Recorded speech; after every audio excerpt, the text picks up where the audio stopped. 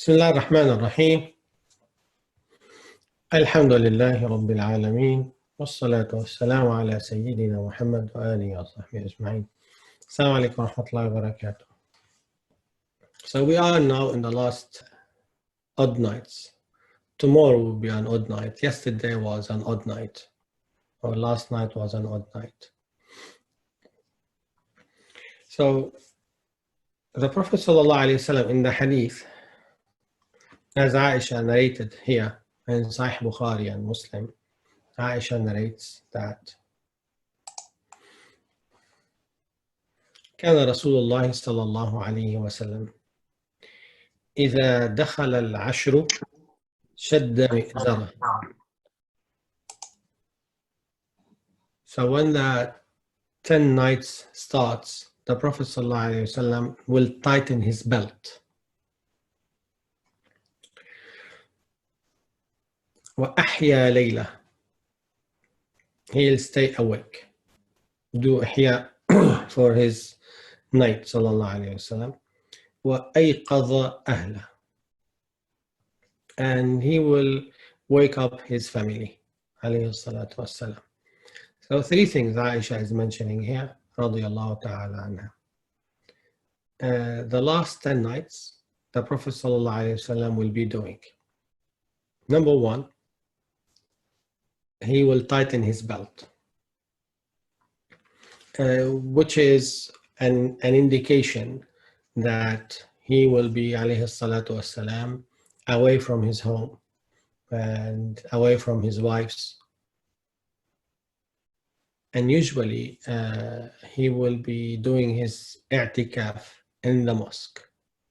And Aisha narrated on another occasion that she used to erect in the mosque like in our language today, like a tent, small tent made from reed mat, like hasir or qasab or bamboo, something like that.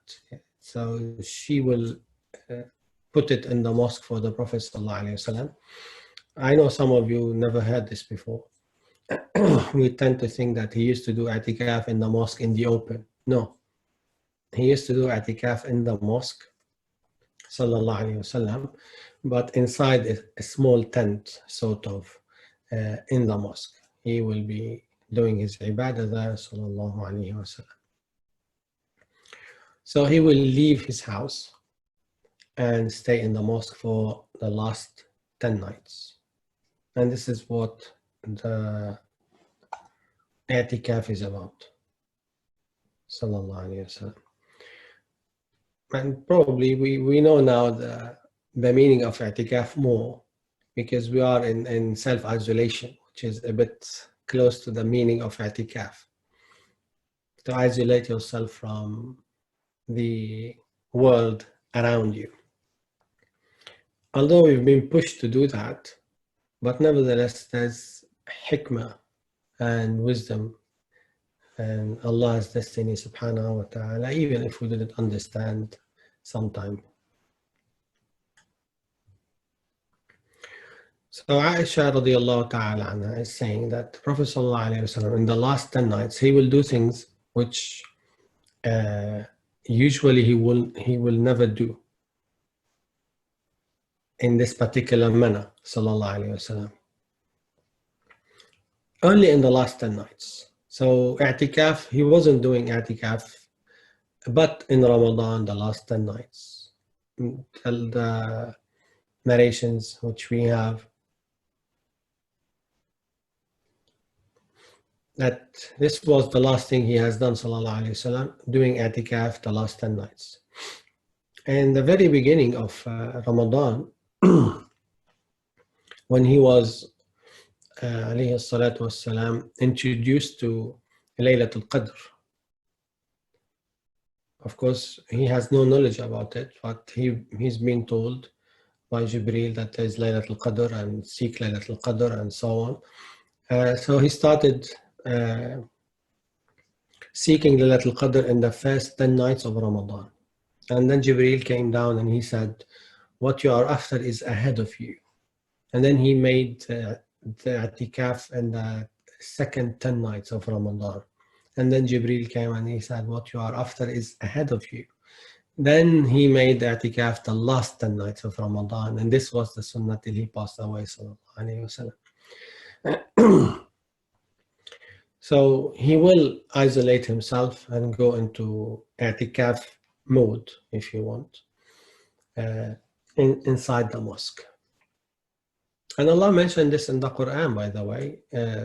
When you read the verses of Siyam, verse number 187 in Surah Al-Baqarah, the verses of Siyam starts about 183.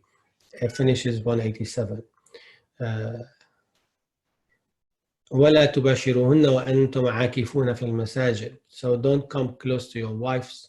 Don't have any connection with them, i.e. intimate relationship, whilst you are in the state of i'tikaf in the mosque.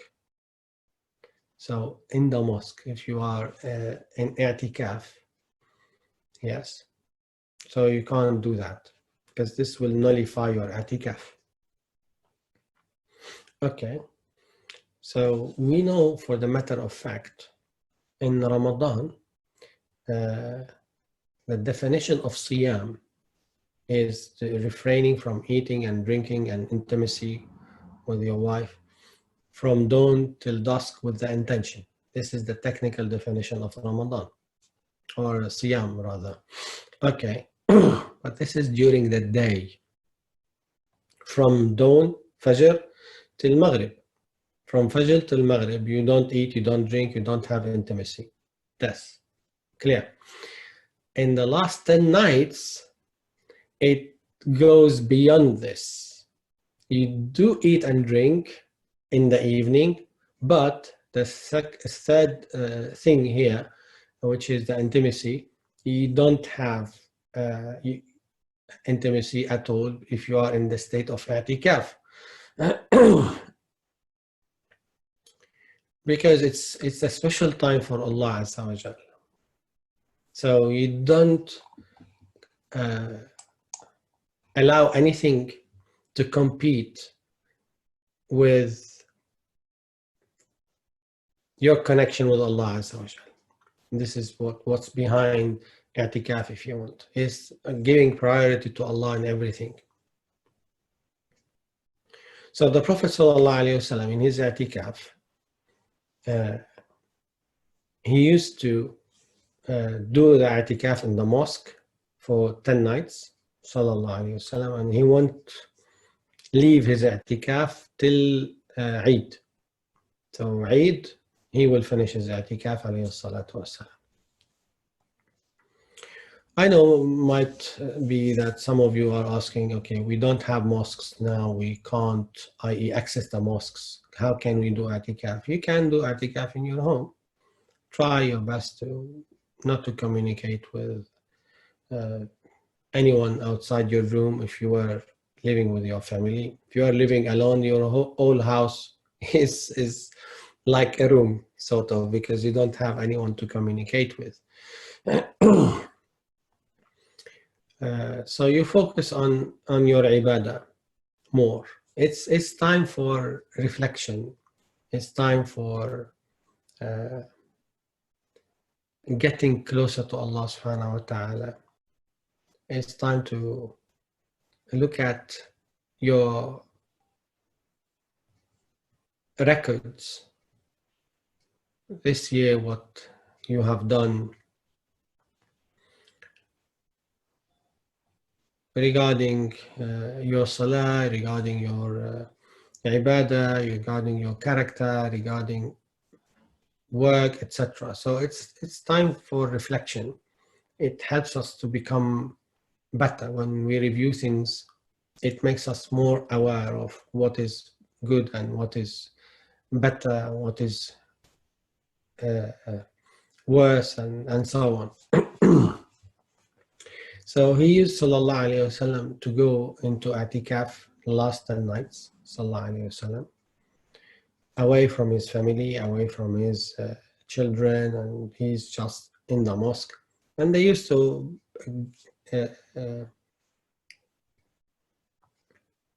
and give him his food, sallallahu alayhi wasallam, and serve his food to the mosque, and he will eat in the mosque, sallallahu alayhi wasallam. And sometimes as well, as Aisha narrated, that he will come near the house because his house is next to the mosque. He will open his door, he will be inside the mosque, so he will stand in front of the a wall of his house like a window or something, and Aisha will comb his hair, alayhi salatu wassalam, and will be saying that she used to do this to the Prophet whilst he was in i'tikaf, and so on. So he will spend his time, alayhi salatu wassalam, of course, in salah, in recitation of the Quran, in dua, and as well, he will have some naps and sleep and some rest, which is the common thing.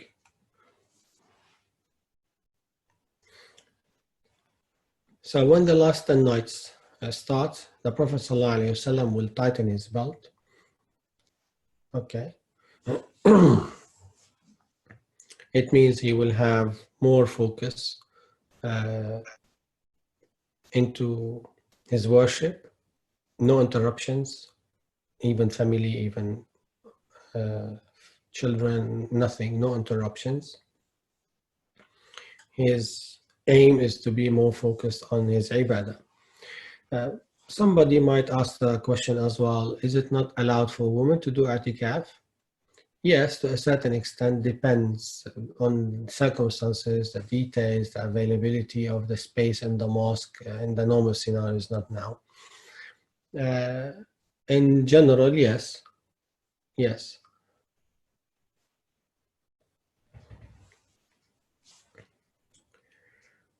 So he will be focusing, sallallahu alayhi wasallam, more into ibadah. And my recommendation always to our brothers and sisters, when it's the last 10 nights, don't be engaged and busy more into what to eat today and what's for the suhoor and what's for the iftar. And I'm not saying don't eat, definitely eat, yes, but don't make this your main focus. And even I went beyond this to the extent that some people might hate it. In the normal circumstances, I've said, do ask for delivery in the last 10 nights and let the sisters rest and have i'tikaf as well and have more focus on their salah, not to spend their time day and night either preparing for the meal or doing the dishes. This is not fair. Ramadan is not just for men. Ramadan is worship for men and women. So we need to facilitate for them as well to worship Allah subhanahu wa ta'ala. And this, just today I was on a phone call with some of my friends. She was telling me that her sister never done Taraweeh in her life because she was always left behind to do the dishes, and everyone leaves her, her in-laws and everyone leaves her to do the dishes and clean up, and she will never get a chance to do any Taraweeh or anything in Ramadan. This is the first year when she break free. She left her in-laws and she stayed by herself. She tasted for the first time since probably more than 30 years or so. The first time she tasted the meaning of having ibadah in Ramadan, Taraweeh and recitation. And look at the injustice which we have sometimes in our culture. Injustice, no. They are both equal, men and women. In their ibadah, they have to have the chance to do their ibadah. So the Prophet ﷺ used to focus on his ibadah, and look what happened. One of his wives, more likely Aisha probably, she asked for a permission to make a small tent in the mosque as well to do her i'tikaf. So he said, Sallallahu Alaihi Wasallam, yes, do. Do I have the permission to make a tent in the mosque to do my ibadah? And Prophet Sallallahu Alaihi Wasallam said, yes, i'tikaf. Then he left and he came back and he did find 6, 7 tents next to her. And he said, what's that? You know, jealousy from women's side. How come Aisha can do this? I'm not doing this. I will do this. And the second one said, okay, how come she's doing this? I'm not doing this. Women politics. May Allah bless them and radiyallahu ta'ala anhum. And then he was so angry with them, alayhi salatu wassalam. And he said, is it for Allah's sake you are doing this? So he was upset because he knew that this is not for Allah's sake in the first place. It's been done for the jealousy sake. It's been done that, yeah, you want to do it, I will do it as well. How come you are allowed, I'm not allowed? So this is where shaitan comes into ibadah as well. And because of his anger, sallallahu alayhi wasallam, he did not resume his i'tikaf that year. And this is on the authentic narrations. He didn't resume his i'tikaf. He stopped his i'tikaf. And he resumed his i'tikaf in Shawwal. In Shawwal, yes, after Ramadan. Because he has a commitment that he is doing the i'tikaf. So he's done his i'tikaf in Shawwal. And when I read this, I was, wow, what's that? He's teaching them, sallallahu alayhi wasallam, how to have sincere intention and ibadah to Allah Azza wa Jal, not to allow anything to interfere in your ibadah, not jealousy, not envy, nothing. You do it for Allah's sake. So the Prophet sallallahu alayhi wasallam will do i'tikaf. Okay, will be focusing more on his ibadah, sallallahu alayhi wasallam. As Aisha is saying, radiyallahu ta'ala anha, that he will tighten his belt. Okay, it means things are like rolling up your sleeves. Yeah, it means it's more focusing on what you are doing now and giving more time and energy for that. This is one of the meanings as well. And the second thing, which Aisha is mentioning here, radiyallahu anha, وَأَحْيَا لَيْلَةً, and he will stay awake during the night, sallallahu alayhi wasallam. Under this, we have some discussion. Does it mean that he will stay awake all night or the majority of the night? More likely it's the majority of the nights. He will have some naps, short naps, or what we call it sometimes in our language today, the power nap. He will have some naps, sallallahu alayhi wasallam. But nevertheless, it's about majority of his time will be awake, sallallahu alayhi wasallam. Okay, what is it for? Because it's a special time. And this is what we cannot see in our own eyes. We need special lenses to see what's in these 10 nights. And Allah subhanahu wa ta'ala has given us a glimpse when he mentioned إِنَّا أَنزَلْنَاهُ فِي لَيْلَةِ الْقَدْرِ وَمَا أَدْرَاكَ مَا لَيْلَةُ الْقَدْرِ. What do you know about Laylatul Qadr? You don't know. Laylatul Qadr خَيْرٌ مِّنْ أَلْفِ شَهْرٍ. So Laylatul Qadr is better than 83 months plus. 83 years, sorry, of ibadah. 1,000 months is around 83 years plus few months. One night. Which one? This is where the thingy. Which one is it? We have big discussion here. To cut a long story short. Different narrations, different explanations. But the majority is about the last 10 nights, and especially odd nights of these last 10 nights, and more likely the 27th. This is the summary of all the discussions, but we have plenty of narrations on that. And the reason behind this, just to refresh your memory, some of you definitely know the story. The Prophet ﷺ was about to go out from his house and tell the companions about the revelation which he received. When is Laylatul Qadr? And whilst they were waiting for him to come out, two of them has not a fight, but raised their voices, and they have a quarrel, and they have a loud discussion with some disagreements, so to say. And they did act in a disrespectful manner in the mosque, shouting and quarreling. And so the Prophet heard them, ﷺ. He came out and he said, I've been told when Laylatul Qadr is. I was going to tell you, but it's been lifted from me. I've been now that I lost the information. I don't know when is Laylatul Qadr because of what you've done. So, and some of them, they said, it's not our fault, this is their fault. When do we seek it, Ya Rasulullah? He said, التمسوها في العشر الأواخر. Seek it in the last 10 nights. And this is for a wisdom, of course. Allah wants us to seek it in the last 10 nights. التمسوها في العشر الأواخر. Seek it in the last 10 nights. So he used to seek Laylatul Qadr sallallahu alayhi wa sallam in the last 10 nights.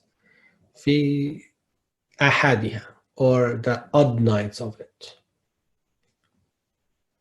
So this is what he used to do. He used to do the full 10 nights, sallallahu alayhi wa sallam, and it's one of these nights. It's a night where extra blessings from Allah Azza wa Jal will be showered on his servants, extra rahmah, extra forgiveness, and extra gifts from him subhanahu wa ta'ala, and prizes. Aisha asked the Prophet sallallahu alaihi wasallam, Ya Rasulullah, in ana adraktu Laylatul Qadr, fabima ad'u? If I witness Laylatul Qadr, what shall I ask for? And the Prophet sallallahu alaihi wasallam said, say, Allahumma innaka afuwun tuhibbul afwa fa'fu anni. Say, oh Allah, you are pardoner, likes forgiveness, forgive me. Is that it? Yes. This is what he taught her to ask for. And somebody might say, okay, just one line, even less than one line. It's so important, this dua, because if you have Allah's forgiveness, then you have secured the akhirah. The akhirah is yours if you have the forgiveness of Allah subhanahu wa ta'ala. And in another occasion, the Prophet sallallahu alaihi wasallam used to teach his companions, as it happened one of these occasions. He repeated this many times, but one of these occasions, Al-Abbas came to the Prophet sallallahu alaihi wasallam, his uncle, and he asked him to teach him a special dua. So the Prophet sallallahu alaihi wasallam said, say, Allahumma inni as'aluka al-afwa wal-afiyah. Oh Allah, I ask you of your forgiveness and the well-being. And Al-Abbas went and came back, and as if he's not very convinced that this is very special. Then he came back and asked the Prophet ﷺ on another occasion, and he repeated ﷺ the same thing. And he realized that Al-Abbas a bit was not convinced that this is the best dua, and he said, there's nothing better than this dua, sallallahu alayhi wasallam, because with al-afu, the scholars commented on this, because they said with al-afu, forgiveness, you secure the akhirah, and with well-being, you secure the dunya. With the well-being, you can do anything. And you can see now that the pandemic which we have, and those who are ill and sick and what have you, well, they might lose their life. Done. They can't do anything. Even if they have tons and trillions of pounds and dollars, It won't save them. They will pay it to buy their well-being. So who's more important than the wealth or the health? You if you can buy your health, you buy it. They pay anything, everything, just to buy their well-being. So if you lost your well-being, if you lost your health, nothing is important anymore. None. You lost the dunya. If you have the well-being, you secure the dunya. You can do with the good wealth, good health, sorry, you can bring wealth with good health. And your health is your wealth. But if you don't have health and well-being, no matter how many millions you have, it won't make a difference to you. If you are in pain and agony all the time. You see. So the Prophet ﷺ taught Aisha to ask for العفو. اللهم إنك عفو تحب العفو فاعف عني. So he's shifting our focus to the most important thing, Allah's forgiveness, because this will balance our records in the Akhirah and get us into Jannah, inshallah, with his forgiveness. Have plenty of issues and plenty of shortcomings and plenty of sins and mistakes. Without his forgiveness, we'll be doomed. But we are relying on his forgiveness, subhanahu wa ta'ala, and he will forgive us, because he promised for those who are asking with sincerity that he will respond to their calls. Ud'uni astajib lakum. Call upon me and I will respond to you. This is his promise. And we are calling upon you, Ya Allah, to grant us your forgiveness, Ya Rabbal Alameen. So the Prophet ﷺ will stay awake during these nights, ﷺ. And this is what I want to delve into more, actually. Why he's staying awake more. What he can see in his own lenses, ﷺ, which we cannot see. Definitely he has seen something special in order for him to stay awake all night. Yes. So for what he experienced, he doesn't want to miss any second from that. He wants to accelerate his closeness to Allah Azza wa Jal and maximize the benefit from the time. So because of his action, we know that there is something special about it. And Allah mentioned, as I stated earlier, إِنَّا أَنزَلْنَاهُ فِي لَيْلَةِ الْقَدْرِ وَمَا أَدْرَاكَ مَا لَيْلَةُ الْقَدْرِ لَيْلَةُ الْقَدْرِ خَيْرٌ مِّنْ أَلْفِ شَهْرٍ تنزل الملائكة والروح فيها. So the angels and the Jibreel alayhi salam will descend. The chief of the angels, Jibreel alayhi salam, will descend with them. All the angels. So yes, it is very special. And the Prophet sallallahu alayhi wasallam knew this and experienced this. But for many of us, we don't have this experience. We don't have these lenses to see what's beyond. But we believe that there is something special. So let's follow his footsteps, sallallahu alayhi wasallam, and seek Laylatul Qadr and seek the mercy and the forgiveness of Allah subhanahu wa ta'ala. And regarding as well his qiyam. So he used to do, sallallahu alayhi wasallam, the qiyam.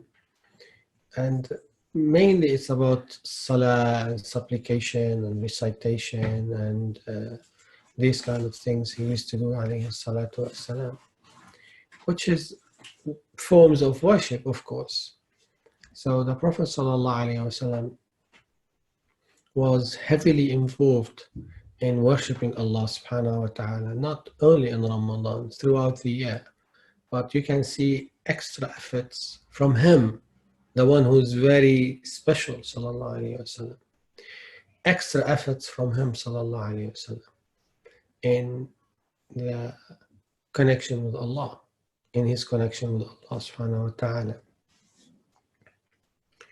And we know for certain that, yes, even if we can't see what's behind the scenes in the unseen, but we know from his practice, sallallahu alayhi wasallam, that he was, alayhi salatu wasalam, encouraging his family, because Aisha stated that he will wake up his family, he will wake them up to witness the khair and the goodness which is in these nights. He doesn't want them to be left behind.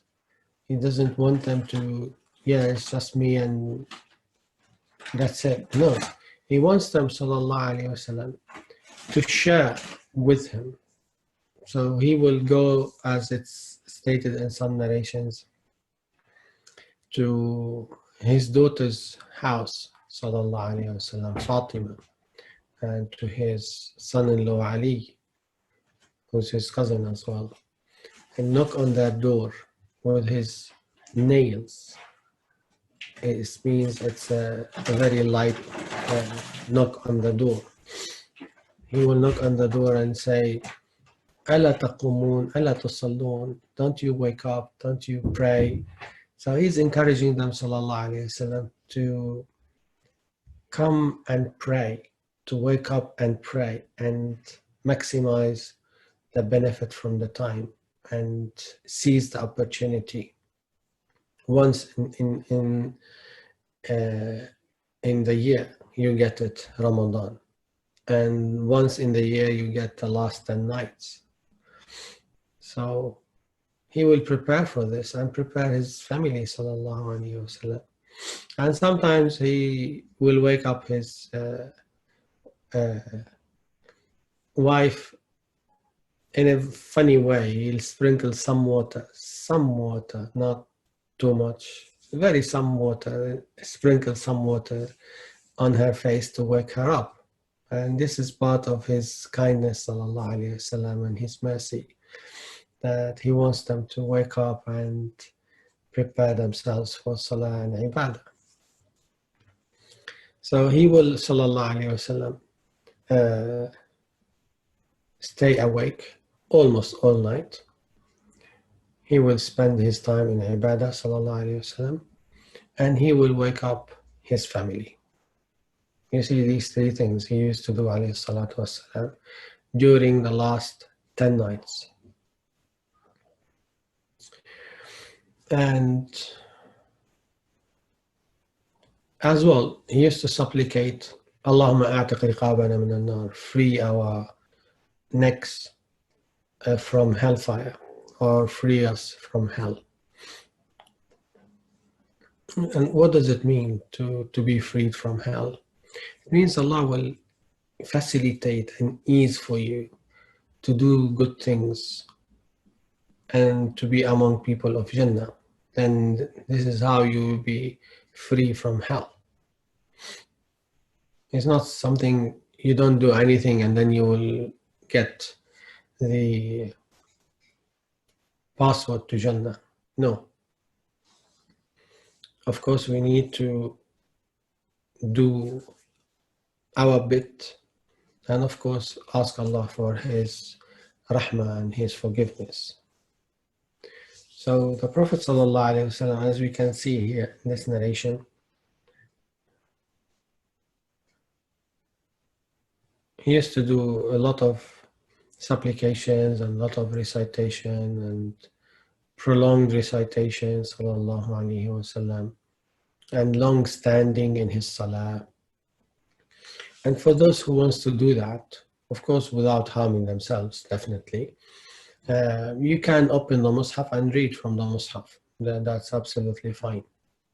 To prolong your standing in your salah, great. But let me give you some tips here. In order to do this, you need to get into the meaning of what you are reciting. And how do you get into this? Prepare beforehand. You want to recite from Surah Al-Kahf, for instance. We started Surah Al-Kahf last night. Okay, go through Surah Al-Kahf, the translation if you don't understand Arabic, or the tafsir if you understand Arabic, and see the meaning of the pages which you want to recite. So you recite these verses, and the moment you recite it, you know that this verse means this verse means that, and then you go through the meaning. When you recite them, you get into the meaning more, and this is how you get into khushu' more, inshallah ta'ala. And this is what we want to achieve in our salah. Get the full connection and khushu', and to get tranquility and connectivity of Allah subhanahu wa ta'ala. And what about some traditions which we are familiar with, that in Laylatul Qadr, some fairy tales about Laylatul Qadr, that in Laylatul Qadr the trees will bow down and these trees will do sujood, and this is how you know this is Laylatul Qadr. You open the window, you see the trees are doing sujood, and you know that this is Laylatul Qadr. Come on, there's nothing like that. No authentic narrations on that. But I've heard this since I was a child. Many people will say this, and some people will say it's like the sunlight outside your window in the middle of the night. You open the window, you look, you see it's very bright outside, and this is a sign that this is Laylatul Qadr. This might be, Allahu A'lam, some private experience. Some people might see this, but this is not a condition. That if you haven't seen this, then I have never met Laylatul Qadr, or I've never witnessed Laylatul Qadr. No, not necessarily, no, not at all. Some people will say as well the doors of supplications will be open. Yes, for certain, of course. In the hadith, which been narrated in Bukhari and others, that Allah's mercy, or the narration, it says, ينزل ربنا سبحانه وتعالى في الثلث الأخير من الليل إلى السماء الدنيا.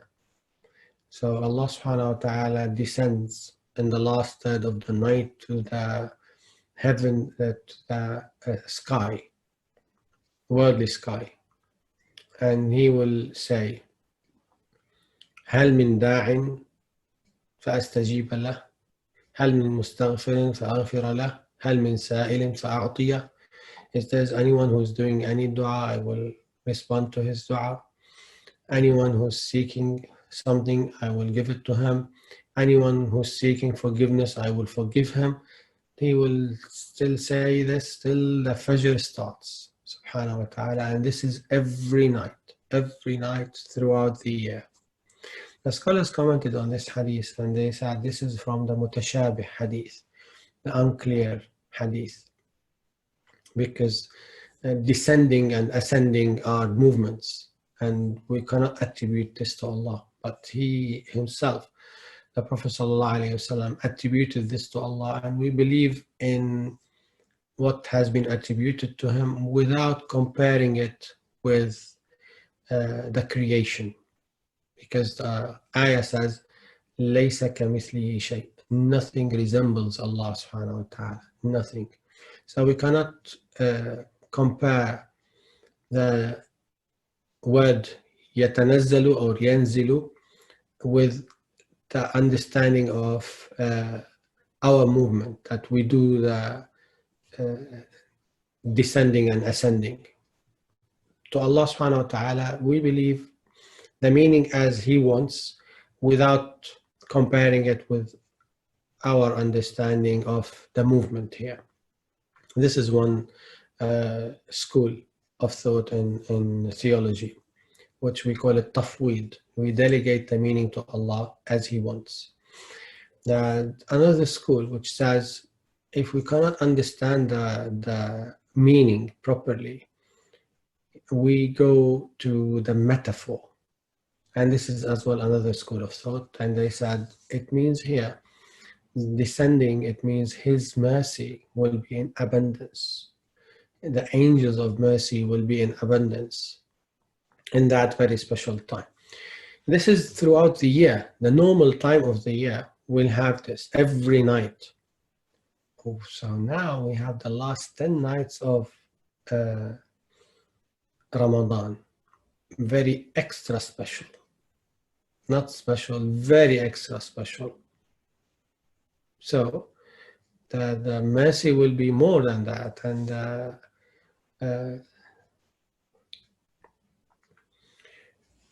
angels will be more than that, and the forgiveness will be more than that, and so on. So Allah will multiply this, subhanahu wa ta'ala, in Ramadan, because it's Laylatul Qadr. So if you were to witness it, it's like 83 years of ibadah. Imagine 83 years of ibadah, shortcut for 83 years of ibadah in one night. It's an encouragement from Allah to get closer to Him and get more reward and get more tranquility and focus in your life. Okay. Bismillah ar-Rahman ar-Rahim. Alhamdulillah Rabbil Alameen. صلى الله على سيدنا محمد وآله وصحبه أجمعين. اللهم اغفر لنا وارحمنا وسامحنا وعافنا واعف عنا. اللهم إنا نسألك العفو والعافية والمعافاة الدائمة في الدين والدنيا والآخرة. اللهم إنك عفو تحب العفو فاعف عنا. اللهم إنك عفو تحب العفو فاعف عنا. اللهم إنك عفو تحب العفو فاعف عنا. صل على سيدنا محمد وآله وصحبه أجمعين. آمين. الحمد لله رب العالمين. السلام عليكم ورحمة الله.